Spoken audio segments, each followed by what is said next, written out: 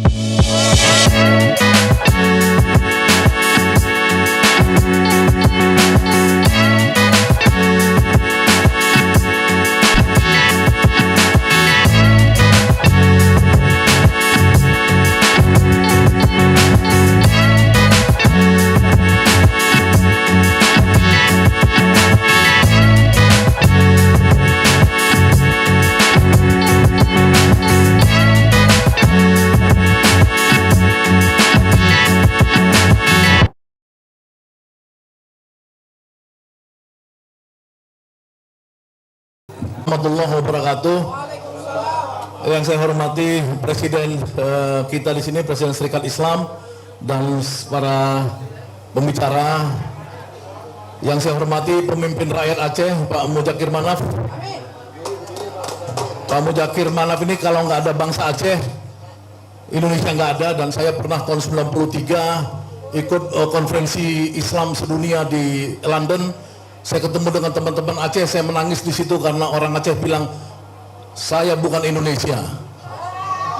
Dan saya sedih sekali ya waktu itu, tapi itu realitanya. Dan kemudian kita sudah bergabung di Indonesia. Mudah-mudahan rejim ke depan Indonesia ada Aceh sama kita, Papua bersama kita. Amin. Yang saya hormati pemimpin bangsa Surabaya Jawa Timur ini, Gus Aam dan lain-lain, semua ada seluruh bangsa di sini.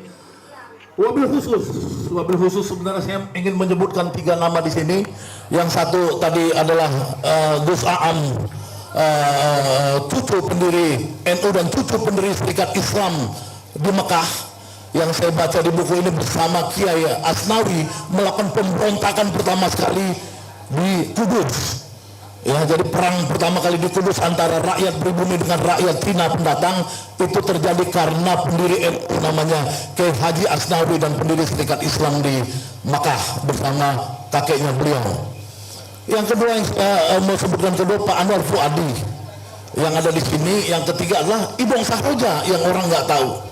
Ibong Sahroja ini, ya, Ibong Sahroja ini kalau kalian tahu, ya, supaya tahu, bapaknya ini adalah pendiri Indonesia salah satunya. Ya, bapaknya itu adalah Sahroja, pendiri Partai Serikat Islam yang dulu Perdana Menteri kita Dr. Muhammad Syahrir adalah ketuanya, bapaknya adalah sekjennya. Tapi yang paling menarik, dia punya mertua namanya adalah Abu Salim, pendiri Syarikat Islam juga. Jadi ada dua di dalam diri dia. Nah, kenapa tiga orang ini penting buat saya? Karena dalam metodologi, ya metodologi non barat, ya saya ini kan dididik jadi dokter dalam ilmu barat, tapi dalam metodologi non barat, ya epistemologi namanya, menemukan kebenaran itu melalui nasab. Ya, jadi kalau kita mau tahu nasab perjuangan dulu, tiga orang ini masih hidup di sini, yaitu Gus Wahab, Anwar Fuadi, dan Ibong Safroja. Ya, kalau saya baca jurnal, banyak baca jurnal, tapi saya tidak tahu nasab-nasab itu. Di sini insya Allah dengan ada tiga orang ini, mudah-mudahan pertemuan kita ke depan diberitahu, dikoreksi apabila ada kesalahan. Nah, Bapak-bapak, Ibu-ibu sekalian, saya diminta untuk memberikan paparan tentang demokrasi dan keadilan sosial. Saya sudah serahkan kepada Serikat Islam Peri Yuliantono 4 halaman paper saya, yang sebenarnya menunjukkan di situ problem struktural yang kita tidak akan bisa mau kemana-mana bangsa ini apabila problem strukturnya tidak berubah. Ya, struktur pertama adalah struktur budaya kolonialisme yang selalu dimiliki oleh rejim demi rejim. Ya, struktur feodalisme ini, entah dia dari Jawa banyaknya, entah dari Sumatera dan lain-lain, itu selalu berpikir bagaimana ya dia itu selalu mewariskan kekuasaan itu kepada anak-anaknya. Ya, seperti Jokowi, bagaimana anaknya bisa jadi wali kota, gubernur, presiden. SBY juga gitu, kita berkuasa, bagaimana anaknya bisa jadi gubernur DKI, jadi presiden. Megawati juga gitu, mikirin anaknya. Ini adalah penyakit paling buruk bangsa ini, ya, yang itu membuat kita itu terkunci, ya, bukan hanya soal threshold 20%, tapi terkunci juga dengan oligarki primordial seperti ini. Kita tidak bisa bergerak dalam situasi keindonesiaan ketika kita dikunci, ya, oleh anti demokrasi seperti itu. Jadi kita bukan mencari yang terbaik, tapi kita mencari anaknya siapa. Ya, kalau kita mau jadi bupati, wali kota, dan lain-lain. Yang kedua, yang promo struktural yang paling penting juga adalah soal kepemilikan modal, aset. Di sini saya sudah tunjukkan, kalau harga rumah ini yang kita pakai ini sekarang sekitar 35 miliar sampai 38 miliar, ya saya lihat tadi di Google, maka orang-orang elit Indonesia itu menguasai 6.500 rumah seperti ini di Menteng ini. Bayangkan kalau dibeli kerupuk, itu kerupuknya itu nutup seluruh Jakarta. Jadi problem pokok Bung Karno dulu adalah memang mengutuk oligarki. Ya, dalam pleidoinya Bung Karno itu mengutuk oligarki Eropa, Belanda, Prancis, dan lain-lain yang menguasai Indonesia, membawa 66% seluruh kekayaan Indonesia ke Belanda dan Eropa, menyisakan 30% di Indonesia. Itu membuat kita terlunta-lunta terus, mantur mati semua kita di sini. Dan sekarang cukong-cukong itu yang kata Jokowi mempunyai uang belasan ribu triliun, yang kalau Jokowi ditanya udah kerja, uangnya ada di kantong. Uangnya itu nggak ada, uang dibawa juga kabur di Singapura sana. Dan hampir 2 tahun COVID-19, seluruh orang-orang cukong-cukong yang ada di Indonesia ini tinggalnya di Singapura. Yang cerita sama saya seorang konglomerat tinggal di Singapura, mereka tidak punya kecintaan sama bangsa ini, ya, karena apa? Karena mereka tidak bagian dari sejarah gerakan bangsa ini. Karena bagian dari sejarah gerakan bangsa ini pasti mencintai bangsa ini. Tapi kalau dia tidak mencintai bangsa ini, maka dia bukan bagian dari sejarah gerakan bangsa ini. Dan mereka lah yang mengontrol uang yang ada di Indonesia ini, mengontrol dari struktur aset-aset. 2% orang di Indonesia menguasai semua properti yang ada di Jakarta. Mau kamu pergi ke Kelapa Gading, mau kamu pergi ke ya, terima kasih saudara moderator. Teman-teman sekalian, saya lanjutkan ya. Mungkin kita biar tertib, yang sholat dulu, yang belum sholat kita lanjutkan diskusi ini.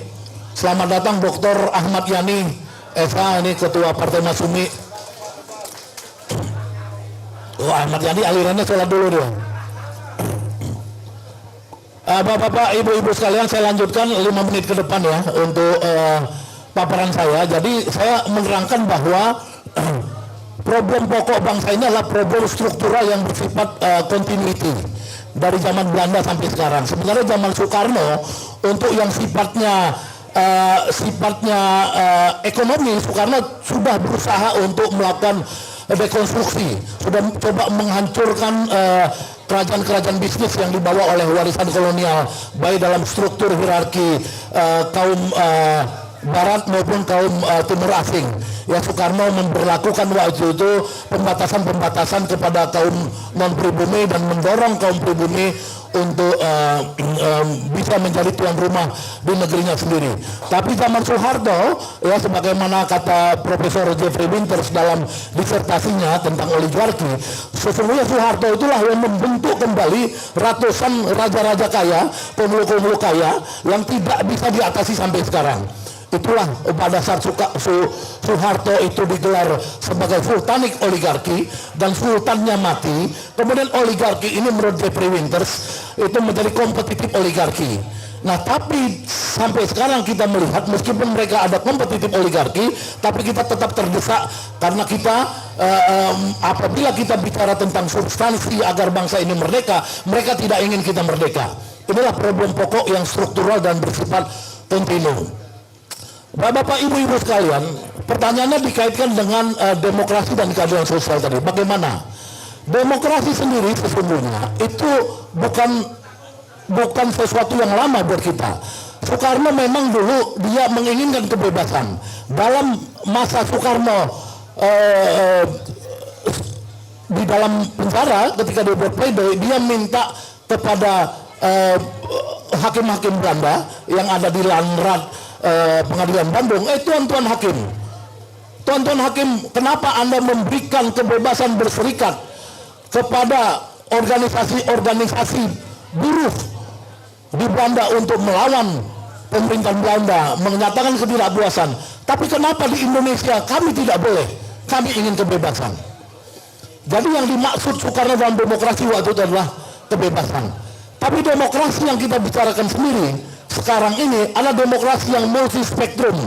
Kita bukan lagi bicara di zaman ketika merdeka, di mana cuma Bung Hatta yang mempromosikan demokrasi, ya bersama Dr. Syahrir. Yang lainnya mempromosikan kekeluargaan seperti Soekarno, Supromo dan lain-lain.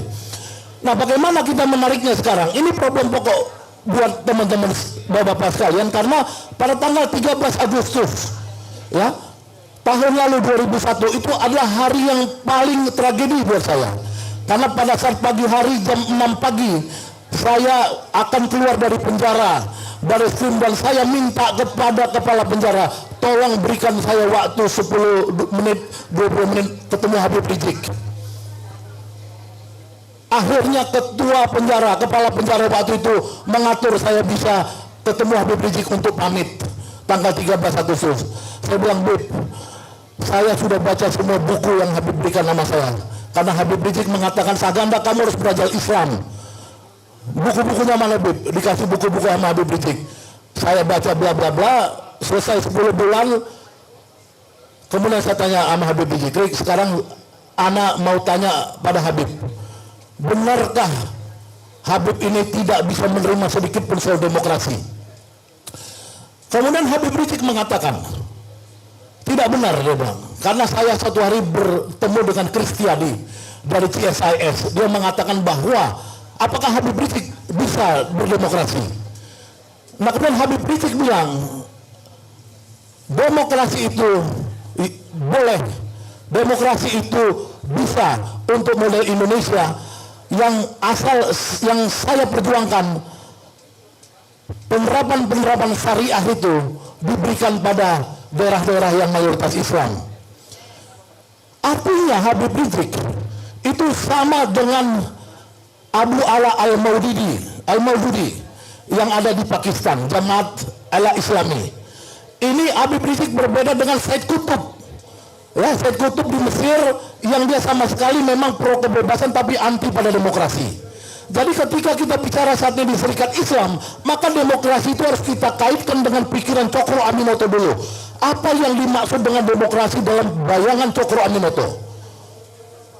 Inilah pentingnya kita pada hari ini. Kalau enggak, nanti umat Islam yang merujuk perjuangannya pada gerakan pertama di Indonesia, yaitu gerakan Serikat Islam, itu kehilangan arah.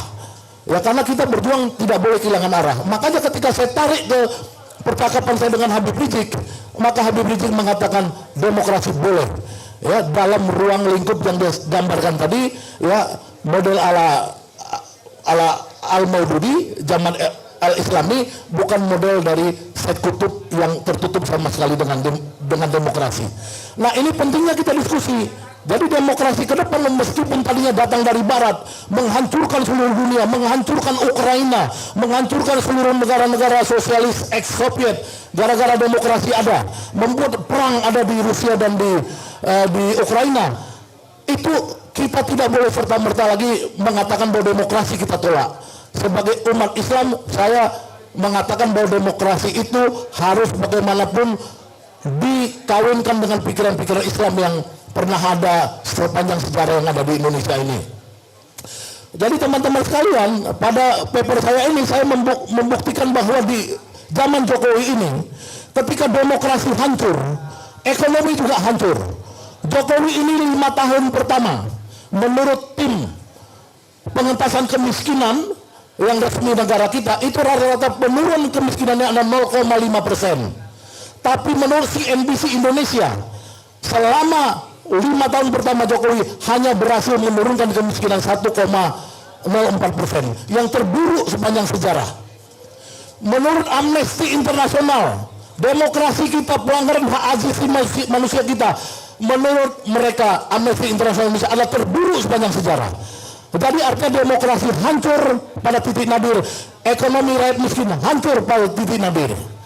Inilah situasi kita. Nah, ketika Peri tadi nanya, ini benar kan tulisan kamu,